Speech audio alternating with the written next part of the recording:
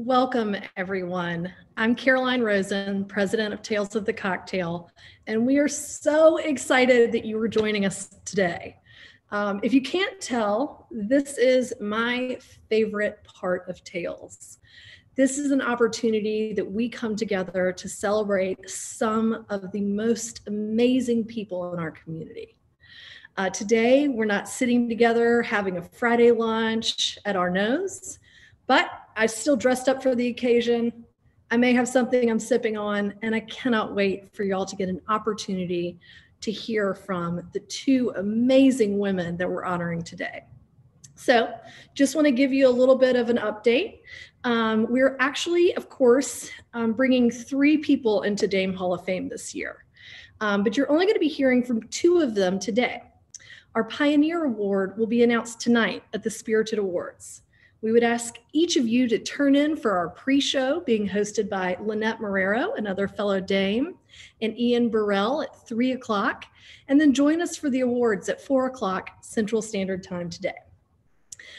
So what's happening? This has been such a year of change, and I want each of y'all to know that Dames is changing along with that.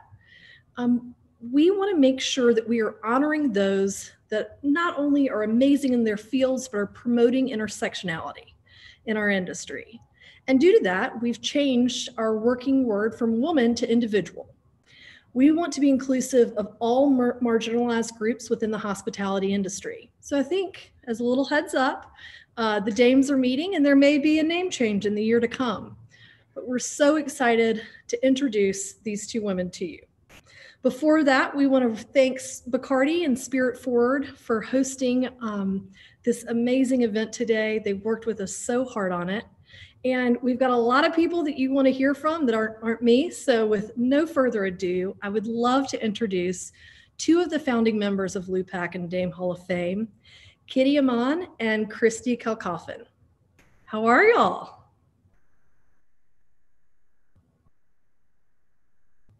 We're gonna get them up. There they are. Okay, I'm passing over the torch to y'all. I'll see y'all in a little bit. I'm gonna enjoy the programming. Hi everyone, I'm Misty Kalkofen. This is Kitty Amon, and we're so excited to be here. Welcome to the 2020 Dame Hall of Fame. We're so happy you could join us. This is truly one of my favorite events every year at Tales of the Cocktail, and although we're not together, it's so exciting that we can still have this event and gather in this digital format. So I'm so excited to be here with all of you. You know, the Dame Hall of Fame goes back many years, and it started in 2012, but its roots really reach back even further than that to an organization called LUPEC, which is Ladies United for the Preservation of the Endangered Cocktail. And LUPEC was started in Pittsburgh in 2001 by a group of amazing women who self-described as a social club with an acknowledged subversive feminist agenda. And so attempts to undermine and overthrow the patriarchy were encouraged on all levels and at all times. Their monthly meetings celebrated amazing women in history and all the cocktails that those women enjoyed.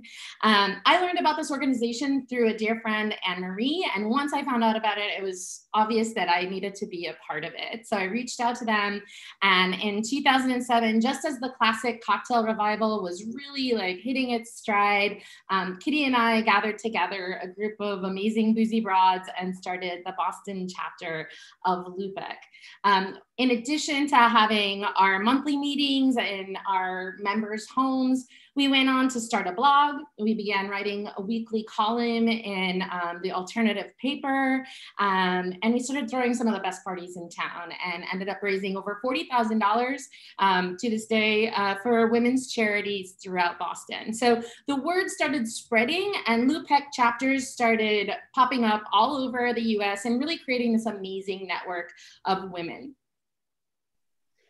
So our very first Dame Hall of Fame actually developed out of LUPEC's first Tales event. So this started in 2011, and we called it Ladies Who Lunch. We held it at Cafe Adelaide, and the whole idea was to just get women in the room, right? So get people from our industry who are women or supportive of women in this space in the room, and give them an opportunity to mix and mingle and share stories and network. And of course, raise a glass to what we call our four broads. So the women who paved the way for us in the hospitality community. It also gave us a chance to ask questions of each other in an intimate and supportive environment, as well as just enjoy each other's company and like kick back and chill. We invited as our sponsor brands, all brands that were either female owned or female helmed, many of whom year over year have come back to support, which is just so incredible. Lisa Laird, I See You, Machu Picchu, hello, hi gals. And so many more.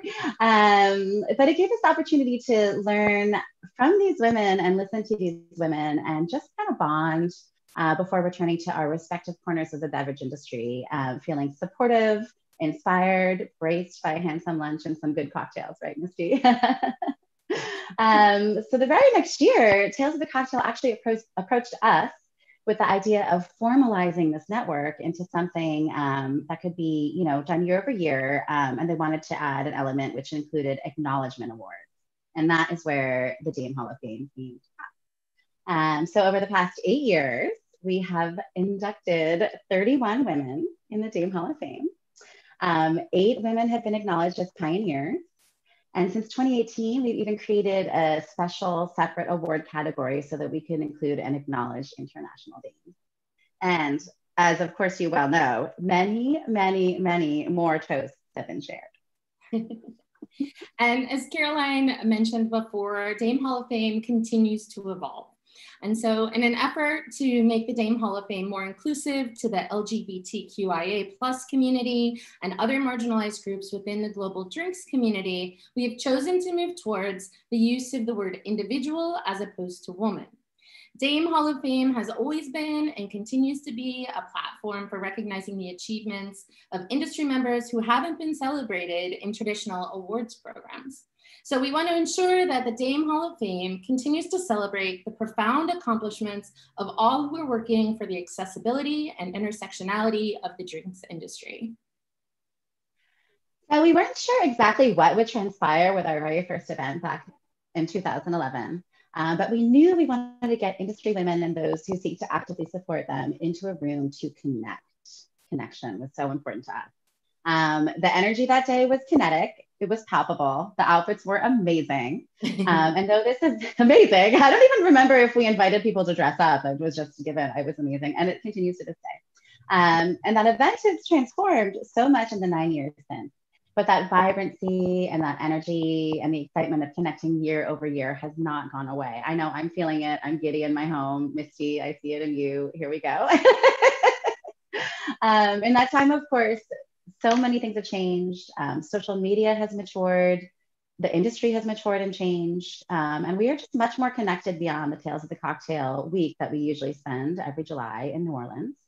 Now, of course, we're facing a global pandemic, and that means that our connection is going to look drastically different today. It also means this connection is as important today as it was when we first began this journey. As hospitalitarians, our talent for connection is something that we spend our entire careers perfecting. So whether it's among the guests that join us in our restaurants every night, or among the folks that we work with in our restaurants that we come to see so often as a second family, this ability to connect is one of our superpowers. And when you get a group of superhumans in a room together, whether it's a fabulous cafe in one of the greatest drinking cities in the entire world, or if it's in a Zoom room on a YouTube channel, you are bound to have amazing results. For me, one of the greatest pleasures and honors of taking part in this celebration year over year has been meeting and learning about amazing beverage industry women from all over the globe and the impact they have had on their communities. With the Dame Hall of Fame, the process of celebrating begins when you, the members of our rich and diverse community, sit down to write your love letter about the individual you are nominating.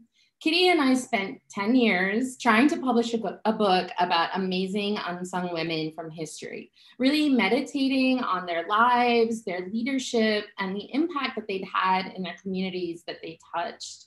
You know, and that grace of that exercise still flows as we go through this process of the Dame Hall of Fame, through recognizing members of our community and through the event itself. It really allows us the opportunity as a global beverage community to appreciate those who walk among us, impacting our community every day, and to learn and grow with them. As many of you know already, this year the Dame Hall of Fame is proud to be welcoming in as our American inductee, Tiffany Barrier, and as our international inductee, Tess Posthuma. We are so excited to hear more from these ladies in a few minutes, but before then, we would love to welcome Colin Appia to moderate our Letters to a Young Bartender.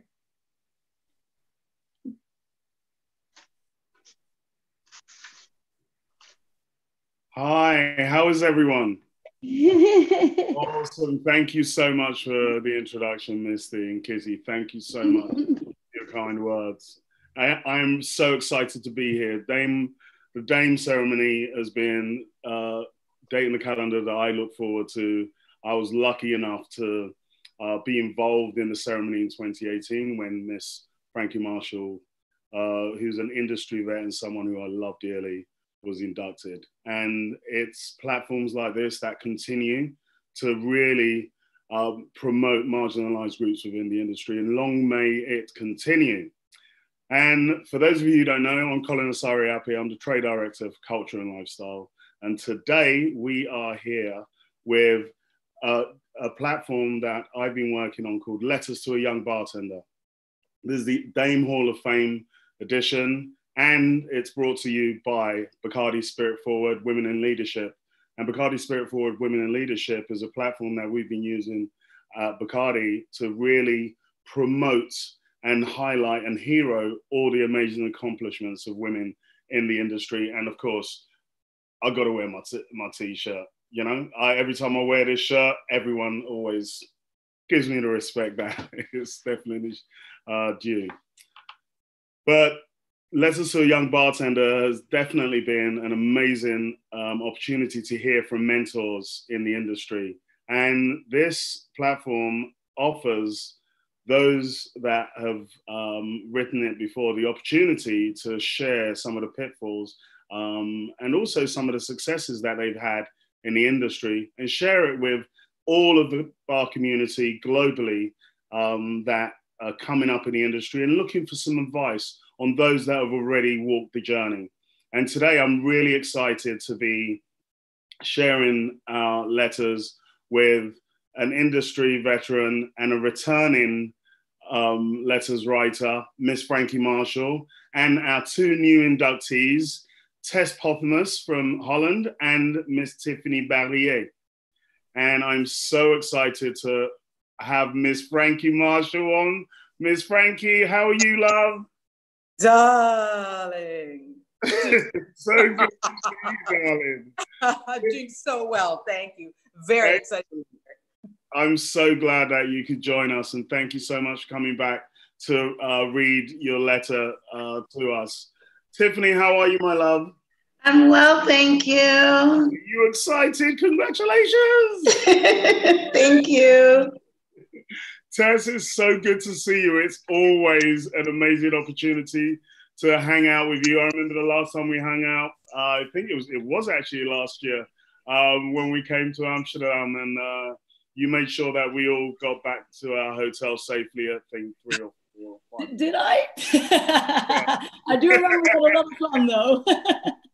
It was a lot of fun. Thank you so much.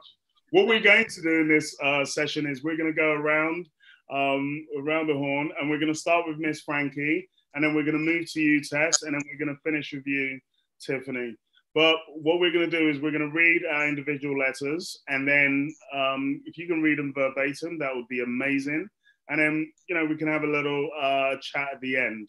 I just wanted to start with you, Miss Frankie, because this is a really dynamic industry, and everyone has their own routes and paths into this industry. How did you get into this industry in the first place? Just out of curiosity. I started glasses in a nightclub and cleaning toilets in a nightclub in Greece. That's how I started. Right. Well, I started my first ever hospitality job was working in a retirement home where I served prunes and various other things to people of a certain age. So that was my very first job. And it was actually a good training because those people would not hesitate to yell and scream at you if you did something wrong. So and it's not unlike how things are today. Yeah. So that was my first job. That was your first job. Okay, well, I'd love to hear your letters. I know you've modified it from the last time when you read letters. Completely rewrote it, completely. So it's a totally different thing. It's on my phone here. Okay, I'll be quiet and I can hear, and then I'll love to listen to you. Thank you. First of all, I'd like to thank Tales of the Cocktail. I'd like to thank Bacardi and Spirit Forward, Dame Hall of Fame for inviting me here, and Colin Appy, of course. It's an honor and a thrill to be here to celebrate Tess and Tiffany TNT, because they're dynamite. So yes, here we go. So the lights just went out. All right. So the show must go on. So do you love it? If you're a bartender, do you love our profession? Do you love what you do? Why? Why do you love it? When I first got into bartending, I was in it to work less, feel cool, make more money. I was attracted by the promise of doing less work than my fellow servers who were running back and forth to the kitchen, plopping gobs of dressing on salads that came prepackaged in vacuum sealed bags, dropping burgers and fries on tables, and refilling ketchup bottles at the end of the night. Nah. I wanted to be able to stand behind that piece of wood, look cool, free pour some liquor into a glass, slide it across the bar to someone and have them thank me profusely for having done so. And of course, I wanted to make that dough, which at the time you could earn loads of by doing very, very little. Hell, you didn't even have to be nice in those days. I loved it. And then eventually I got into the rarefied cocktail world. Now, there was a learning curve, there were books to read, cocktail recipes to memorize, drink making techniques to perfect, lots of shaking with ice, heavy ice, for hours on end, and a completely different style of service. Suddenly there were aches, pains, sore feet. Side note, I can no longer twerk because of bartending. My back, it just doesn't. Anyway, that was, not to mention the one-upmanship that came with competing to rattle off specs. 2, 3/4, 3/4, quarter, dash. And trying to create the best cocktails, and actually get one or more on the menu, right? But I still loved it. Then came industry events, competitions, press coverage, getting to meet all the luminaries, being flown around the world, wined and dined on brand trips. What was not to love? Well, then came 2020. And right about March of this year for us here in New York, most of that disappeared. Many of us were left with no jobs at all. Some for a short while, others permanently. What happened to the glamour, the glory, the right to preen, pose, and swagger in front of our guests? What about all that easy event work? Most of that evaporated like that, literally overnight. So now, do you still love it?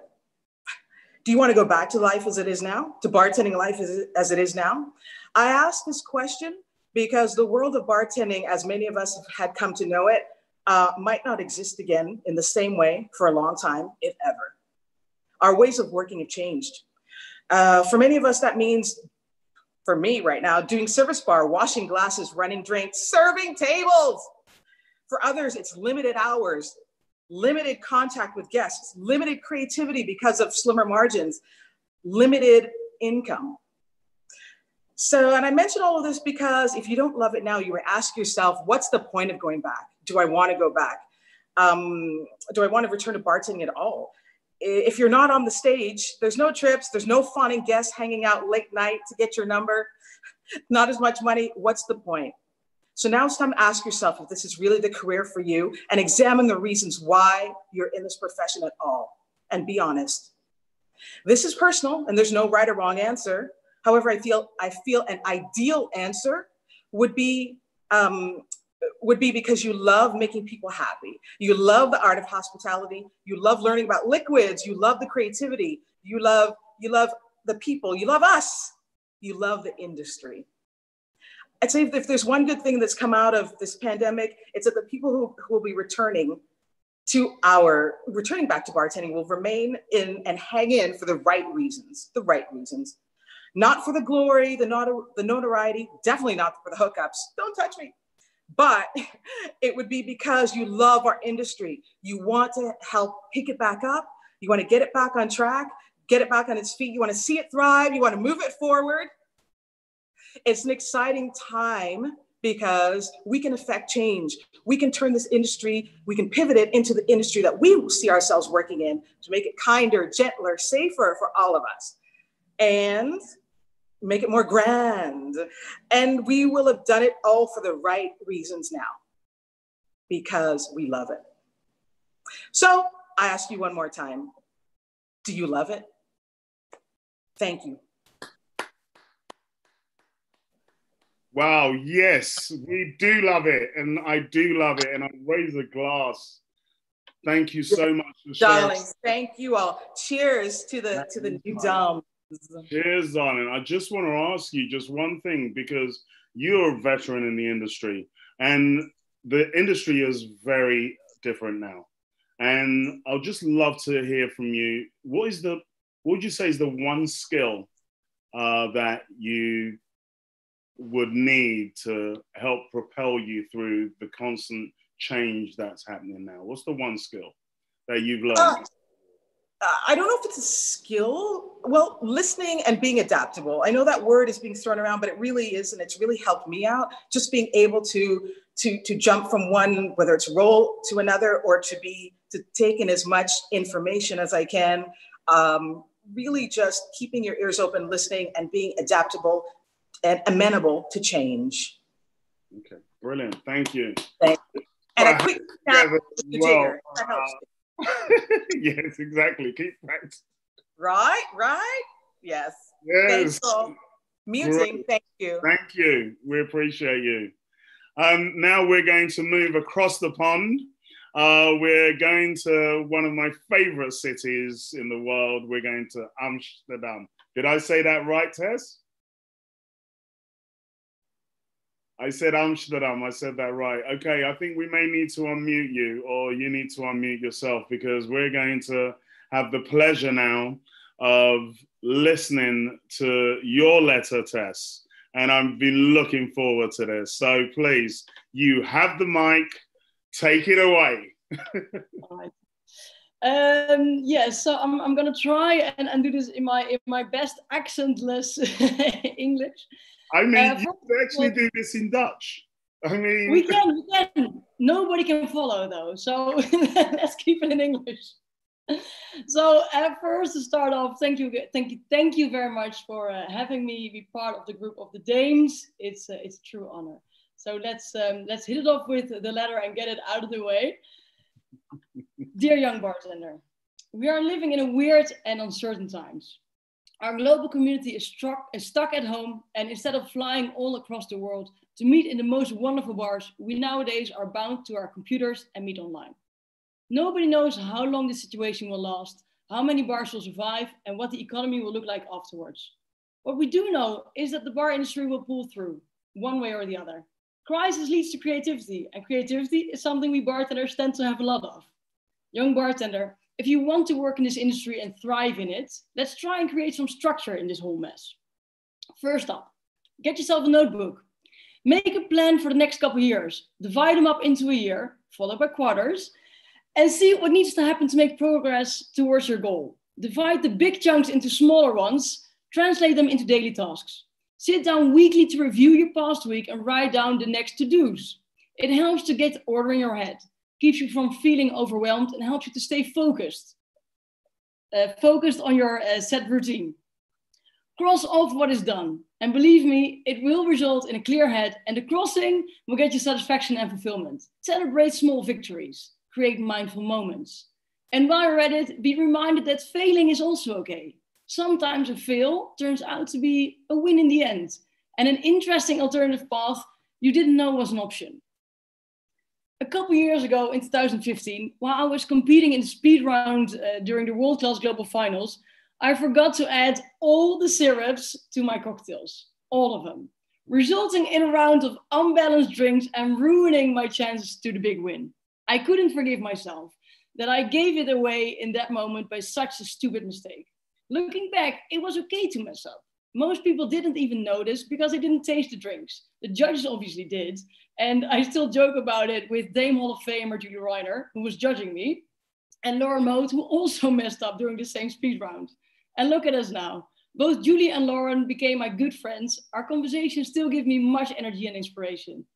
Even though Lauren and I messed up big time in the finals and neither of us took home the global win, we're both still involved in the World Class program, creating content for Diageo, judging the World Class Global Finals myself, while Lauren became the Global Cocktailian, a job we never even knew existed. What I want to tell you with this little story is that in every mistake and in everything that goes wrong, even if you can't immediately see it, there are always opportunities. Besides the fact that some fails eventually turn out to be disguised wins, don't be afraid to fail or be afraid you are not enough. A frequent occurring fear, mostly among ambitious women, is called the imposter syndrome. The feeling that someone can catch you at any time and expose you, the fear that you are not qualified enough, not knowledgeable enough, and don't deserve to be where you are or where you want to be. Own this fear and spin it into your personal motivator to keep yourself educated. Keep listening, reading, researching, learning, and own the fact that you're never done learning. Because the fact that you are never done learning truly is a positive thing. Keep your head high, connect with people and grow. Every experience, good and bad, will make you a better bartender. If you want to be a good bartender, bar owner, consultant, writer, or anything in this industry, be aware that you could always learn and work more. However, it is important to sometimes lay down the work and close your laptop. Figure out what truly relaxes you. Block time in your schedule to do so. My best ideas come when I'm not focused on a problem or project. Find time to take a bath, read a book, geek out with Lego, or go surfing. This will all lead to inspiration and ideas. When your mind is off the things that needs to be done, you create space to think on a higher level. You can transcend the daily routine and have a look at the project, a problem, or a goal from another angle. Allow yourself these moments and create them consciously. Take time off without feeling guilty about not working. Create balance within your weekly routine by reserving off time. It often helps to get more stuff done in a less stressful way. Try to block at least one day a week where you won't work. Invest in offline interaction and quality time with loved ones. Invest in true friendships, even if this means that sometimes you need to say no to brand ambassador X who wants to pick your brain. Be a lion in defending your off-time schedule. Also be a lion in the case of defending your true self. I came out of the closet when I was 17 and sometimes struggled with staying out of it while on the job. Don't act and behave like you think they want you to act. No job or project is worth hiding your true self.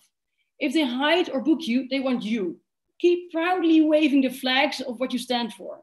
In my case, that is, among others, the lesbian and female flag. By doing so, we make it more visible and normal and reach part of the world where lesbian and female bartenders might not be as visible. Be a proud representative and never hide.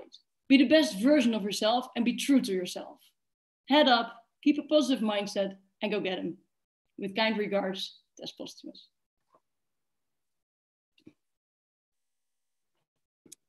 Bravo! Back at you. That was amazing. Wow, I've been waiting for that, Tess, for a few weeks now, and I'm so glad you came through.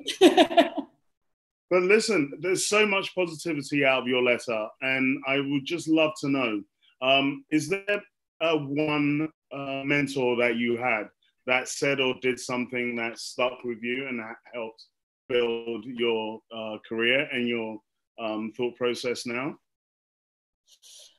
It wouldn't be right to just name one person because I take inspiration and mentorship from all sorts. Many, but Julie Reiner, I mentioned in my letter with a reason, because she is a good example, a mentor, a friend.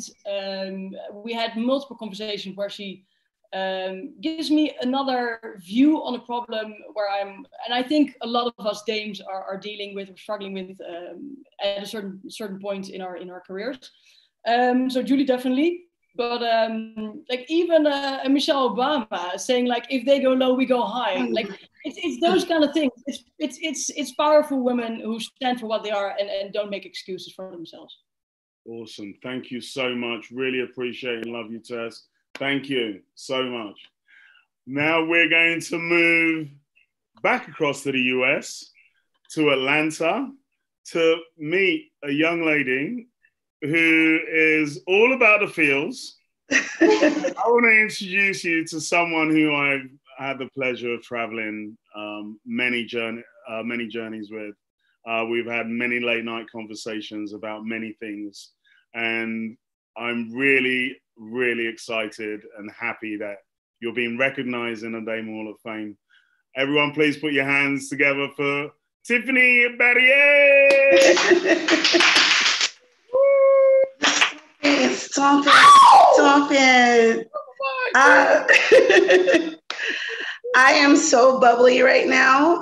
Literally, I've always been this bubbly. Thank the organization enough for striving through all the things and continuing to attempt putting people on a platform, whether they want to be on it or not, but just continue to give us bartenders a safe place to speak, to learn, to be, and to be recognized. So I thank Tales of the Cocktails Foundation. Of course, Bacardi, we've been friends forever. I love you, I adore you. Thanks for supporting me off the field and on the field. This is unbelievable. This is a dream come true in a sense, yet a feeling come true. With the current events and everything, and to receive this award and represent multiple characteristics of the bartender, I'm really excited, so thank you. This is literally a letter to myself. I felt like I wrote this letter to myself my very first time at the James Beard House with Chef Dwayne Nutter in 2012.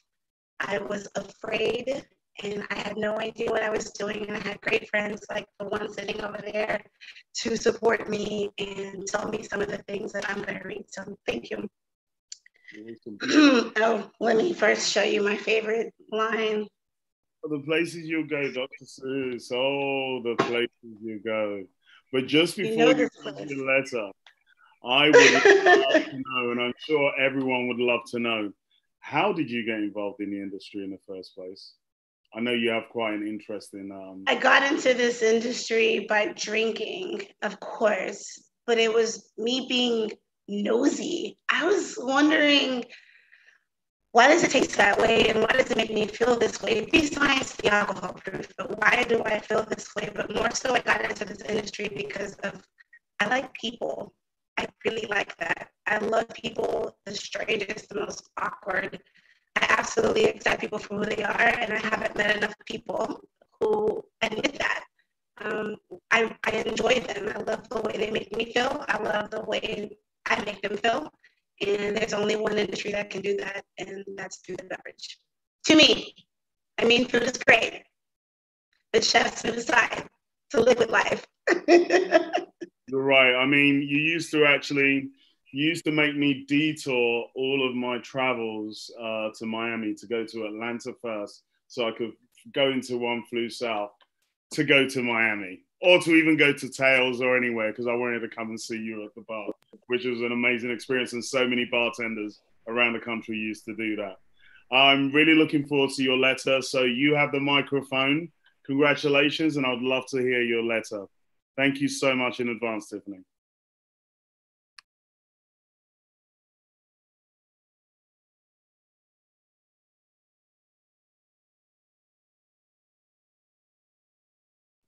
Oh, I think you may be on mute, Tiffany.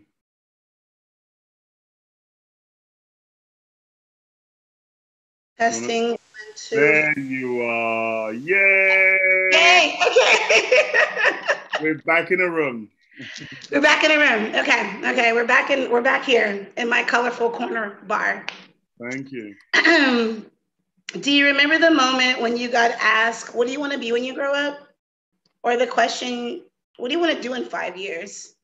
It gets a bit strange when you start to think about it because you've been taking every day with a flow and it's been working, right?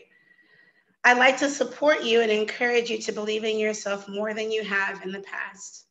Just because college wasn't for you and the corporate world was really strange, that doesn't make you a failure. Stop thinking that. Stop thinking it today.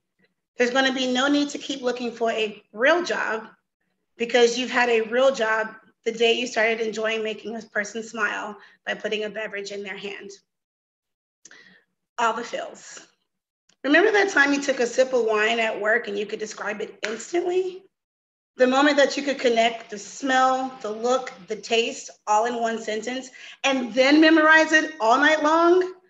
Remember the time when chef would describe a dish and you only got one bite, but your eyes would still close with satisfaction, and then you would share that same satisfaction with your guests, making them feel that same bite like you did. This is a characteristic in a craft that's going to take you beyond your wildest imagination.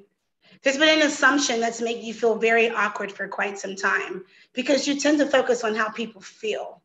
You've been told feelings are just air, but you love to feel and you love to be connected through senses and definitely through cocktails. This is going to work for you. This is going to help you build who you are. The world's going to share some nightmares with you, and it's going to make you think that your Southern ways and you're too kind and you're soft heart spoken, and that's going to scare the heck out of you. All the feels.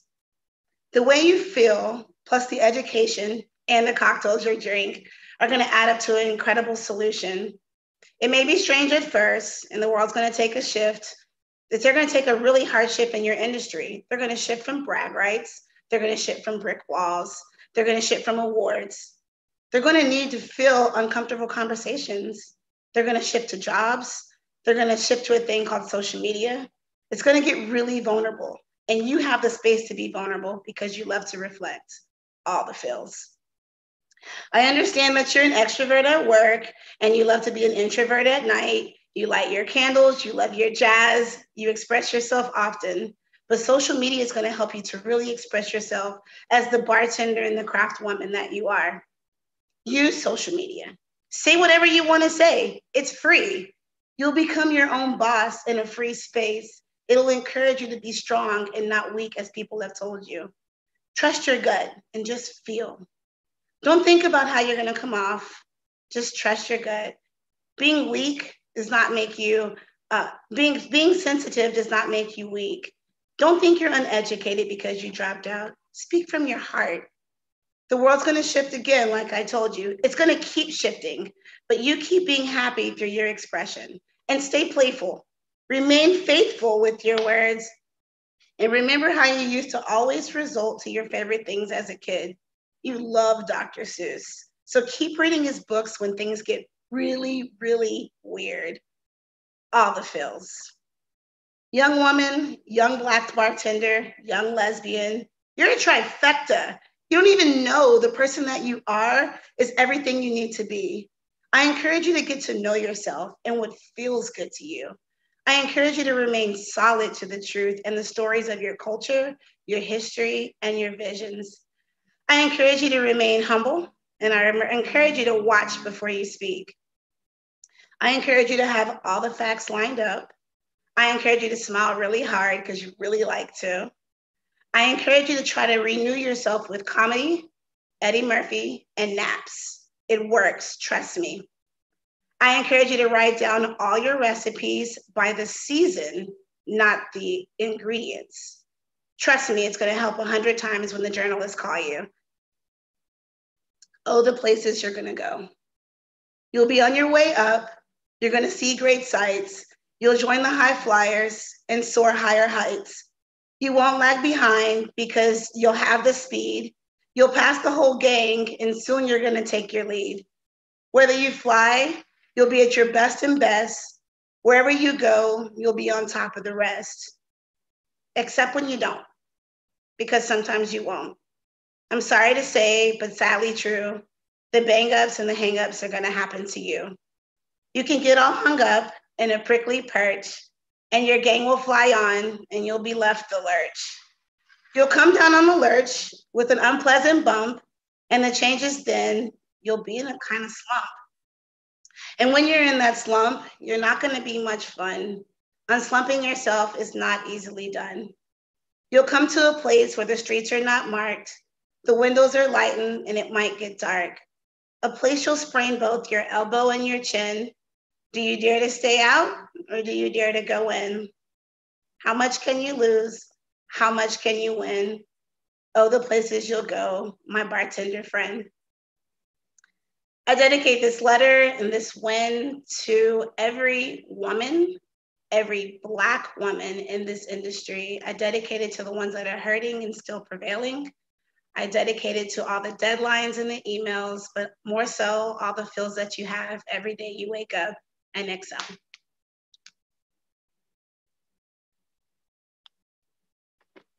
Cheers! Raise a glass, Shantae!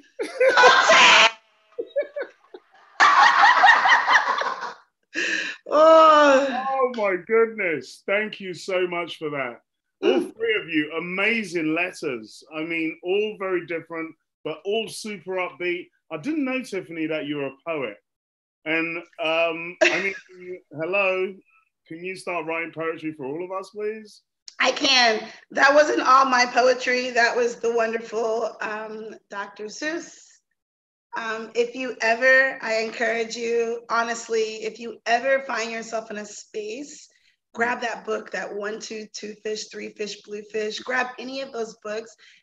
Watch how connected it is to your present life. Awesome. I'll have to have a little look for that.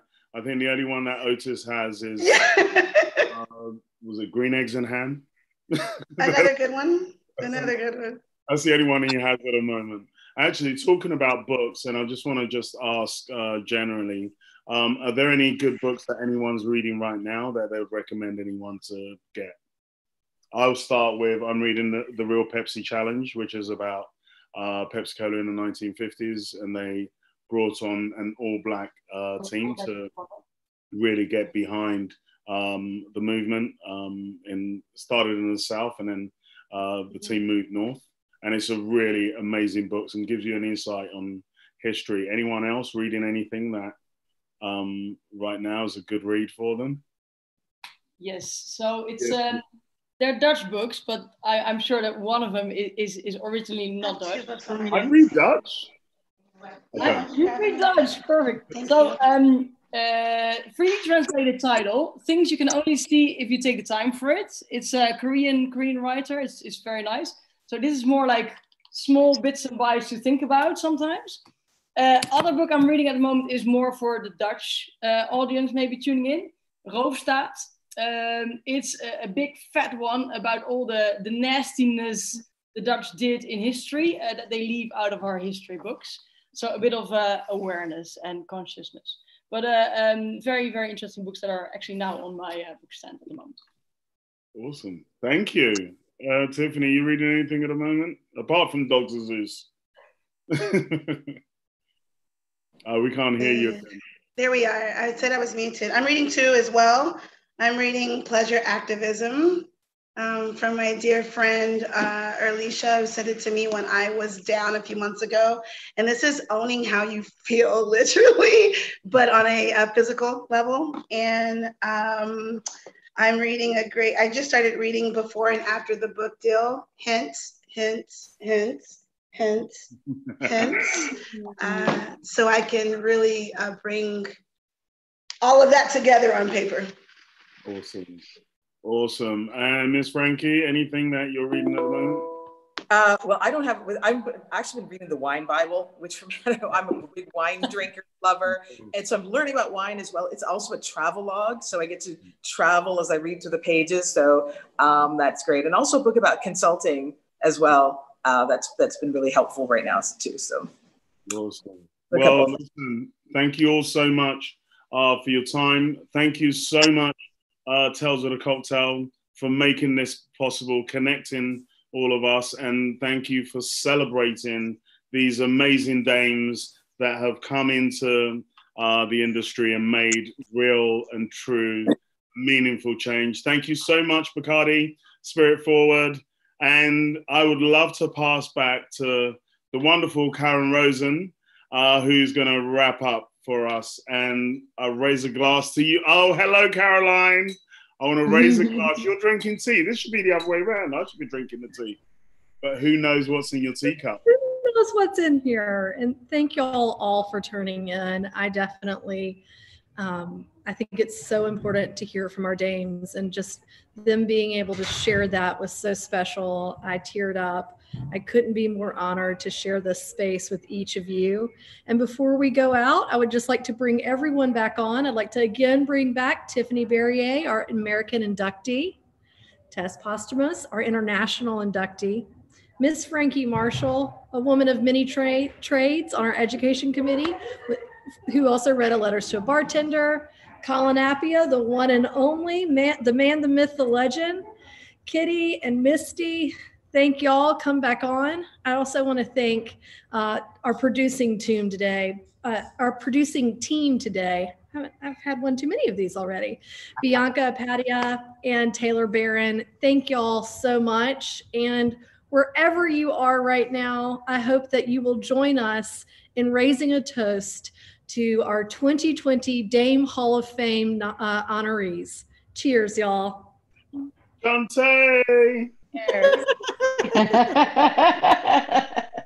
And I know Tiffany has a story about Shantae. She'll tell you all about it one day, I'm sure. Can't wait. I love it. Cheers! And make sure that you tune in tonight to see the Pioneer Award. Again, that's 3 o'clock Central Standard Time for the pre-show, 4 o'clock for the actual awards. You don't want to miss either one. It's going to be a wonderful evening of continuing to celebrate the humans that make this industry so special. Thank you so much. Okay. Thank you. Thanks so much. Bye-bye, everybody. Sante. Boy, Shantae. Shantae.